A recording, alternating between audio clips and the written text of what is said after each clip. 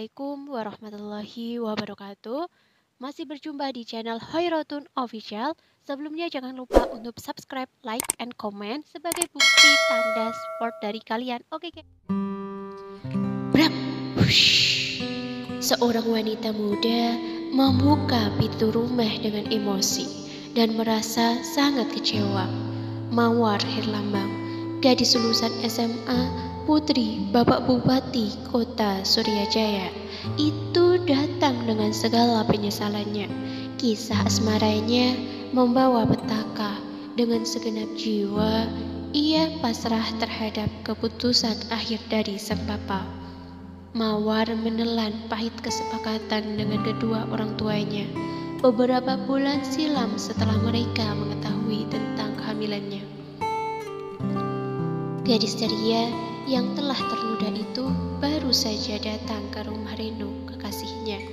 Perasaan yang menyakitkan menggemparkan hatinya ketika Mawar mengetahui bahwa Reno melarikan diri ke Amerika dan tidak mau bertanggung jawab atas bayi yang ia kandung. Mawar masuk ke rumah membawa tangis dan kekecewaan. Ia berjalan tertatih, perlahan bertekuk lutut di hadapan orang tuanya yang menunggu kepastian sejak tadi.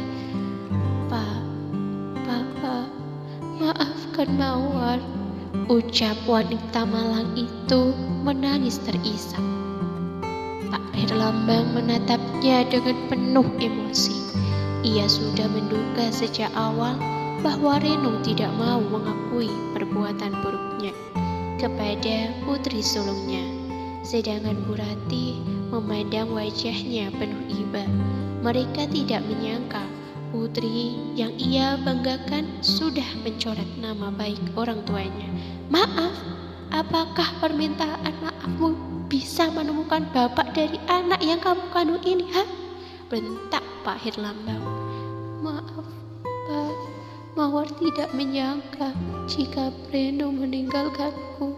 Mawar tidak mengerti akan terjadi salah alasan kamu, sahut Pak Herlambang menatap tajam raut ciut muka Mawar. Maaf, Pak. Mawar hilaf, ucap Mawar sesegukan. Semakin perutmu itu membesar, dia pasti semakin menjauh darimu. Sudah Papa peringatkan dari dulu. Kamu tidak percaya. Sudah ku beri kesempatan, tetapi buktinya apa? Kesabaran Papa habis menunggu pengakuan lelaki busuk itu.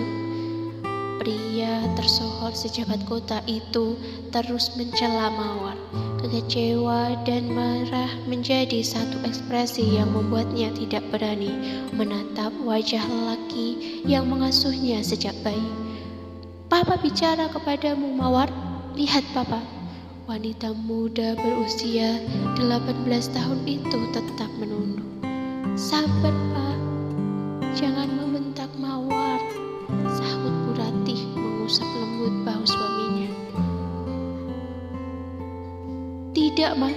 Anak kita sudah kelewatan. Ia bukan hanya mencoreng nama baik Papa, tetapi ia juga memberikan keturunan yang tidak jelas nasabnya. Sampai kapanpun, Bapak tidak akan mengakui kalau anak yang ada di perutnya adalah cucu Papa. Emosi Pak Herlambang semakin memuncak. Mawar terus banjir air mata pipinya. Sesekali ia menyeka air matanya yang luruh deras. Sedikit pun tidak bisa. Kamu ingat kan tradisi di keluarga kita tentang perjanjian yang kita sepakati dulu? Dengan terpaksa kamu harus menerima hukumannya, tegas Pak Herlambang. Mawar dan mamanya terkejut mendengar ucapan yang lantang. Sesuatu yang tak pernah dialami Mawar sebelumnya terhadap sang papa. Bak disambar petir di dekatnya, lalu petir itu mengikuti dirinya kemanapun ia berjalan. Baik, Pak. Mawar pantas menerima hukuman dari Papa. Mawar akan pergi meninggalkan rumah ini. Tapi Mawar berpesan satu hal untuk Papa. Walaupun Papa menolak kehadiran cucu Papa, sampai kapanpun saat anak ini lahir nanti pasti akan tetap menjadi keturunan Papa dan Mama, karena hubungan darah tak bisa dibohongi. Mawar! Teriak Pak Herlambang semakin emosi. Hampir saja lelaki parubaya itu melayangkan tangannya ke pipi kiri Mawar. Namun Bu Ratih mencegahnya. Mawar sangat tahu diri. Ia membalikkan badannya, lalu berjalan mempercepat langkahnya keluar rumah. Bu Ratih yang tidak tega melihat putrinya mengikuti Mawar dari belakang. Tapi suaminya menarik tangan Bu Ratih dan membawanya masuk ke dalam rumah. Terdengar teriakan sang papa yang dilontarkan kepada Mawar. Seketika Mawar menoleh ke arah mereka saat terjadi berjalan mendekat pintu gerbang. Jangan pernah menganggap kami adalah orang tuamu lagi sampai kamu bisa membuktikan siapa ayah dari anakmu itu. Mawar tidak peduli dengan ucapan bapaknya. Ia langsung berlari menuju luar pintu gerbang dengan langkah yang bimbang, hati yang pilu dan penuh kecewa. Mawar menyusuri jalan ujung desa kelahirannya bersama calon buah hatinya. Perut yang membuncit menunggu 1 bulan kelahirannya itu. Diusapnya begitu lembut dengan tangisan.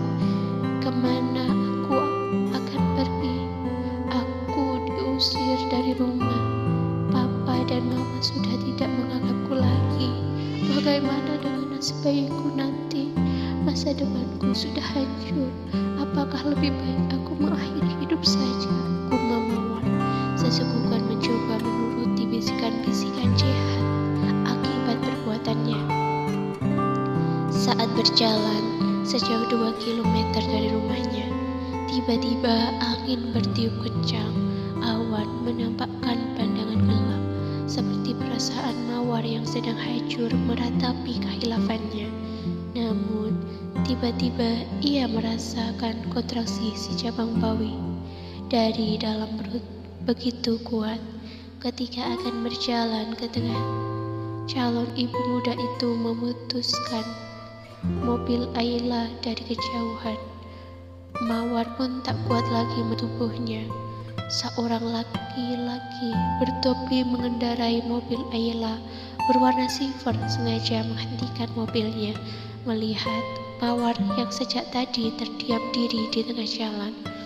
Pemuda itu turun lalu mendekat Mawar. Ia pun terkejut melihat kondisi perut Mawar yang kesakitan. Mbak, kalau menyeberang hati-hati dong. Apa Mbak sengaja mau bunuh diri? Tolong saya, Pak. Saya tidak kuat lagi. Melihat Mawar merintih kesakitan, Raka merasa tidak tega. Loh, Mbak ini mau lahiran? Mbak yang sabar ya. Aku segera mencari bantuan. Jawab Raka panik, berulang kali menoleh mencari seorang untuk membantu Mawar.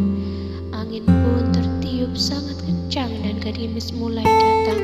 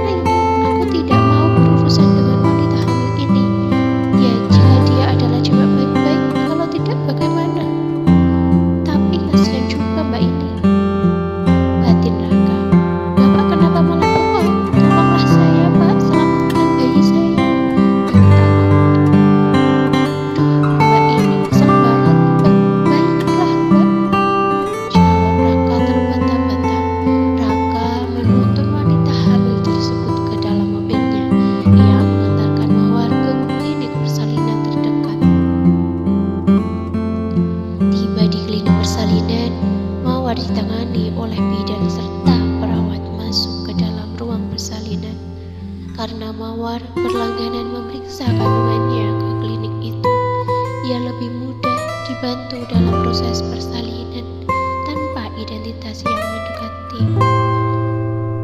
Raka pun merasa tugasnya sudah selesai. Ia bergegas kembali ke parkiran lalu masuk ke dalam mobilnya. Namun, tiba-tiba petugas administrasi datang dan mengetuk pintu kaca mobil. "Pak, maaf, Bapak harus mendatangani berkas kelahiran Bu Mawar yang tertunda tadi." "Apa? Suster, saya hanya menolong wanita itu. Saya tidak ada hubungan apa-apa dengannya. Wanita itu saya temukan di jalan dengan kondisi darurat," tegas Raka. "Tetapi Bapak yang sudah bertanggung jawab menolong wanita itu. Bapak harus mengisi berkas persalinannya, baru Bapak boleh pergi. Jika tidak, dia tidak akan mendapatkan penanganan yang tepat. Itu peraturan di klinik kami, Pak," pinta suster. Raka mengerutu sebal. Dia saat pikirannya yang sedang kacau tengah masalah pernikahannya. Pemuda berpakaian jas hitam lengkap dengan setelan itu dihadapi oleh masalah yang tidak pernah disangka. Ia pun menerima berkas, lalu terpaksa mendatangani surat keterangan persalinan Mawar. "Terima kasih, Pak." Tanpa mengatakan sepatah pun, Raka berjalan melajukan mobilnya dengan cepat. Dalam perjalanannya, ia memukul setir mobil yang ada di hadapannya seraya bergumam sendiri. Bisa-bisanya wanita itu akan melahirkan di jalan. Apakah keluarganya tidak mencegah wanita itu untuk keluar rumah? Jelas sekali kalau cuaca hari ini buruk. Sepertinya ada masalah dengan suaminya. Atau jangan-jangan dia wanita simpanan lagi. Amit-amit deh. Banyak pertanyaan di pikiran Raka tentang wanita yang berbadan dua itu. Raka tiba di rumahnya. Ia keluar dari mobil dan langsung masuk ke kamarnya. Ia masih memikirkan tentang nasib wanita yang baru saja ditolongnya. Terlihat jelas di matanya jika Mawar lebih muda darinya. Ia pun berjalan menuju wastafel, mencuci tangannya lalu membasuh mukanya yang tampak tegang. Kenapa tiba-tiba aku masih memikirkannya? Gerutu Raka menghentakkan nafasnya. Beberapa menit kemudian mamanya datang. Mama Siska berteriak antusias menuju kamar putra semata wayangnya. "Raka sayang, Mama menemukan sesuatu di mobil kamu." "Siapakah dia? Cerita sama Mama dong," teriak Siska membuyarkan pikirannya. Kemudian ia menghampiri sang mama. Siska pun menuju dompet Mawar yang tertinggal di mobil Raka. Kemudian, "Kamu habis berkencan ya? Kenapa nggak diajak ke sini? Dikenalin sama Mama." Jangan lupa untuk subscribe, like, and comment sebagai bukti tanda support dari kalian. Oke.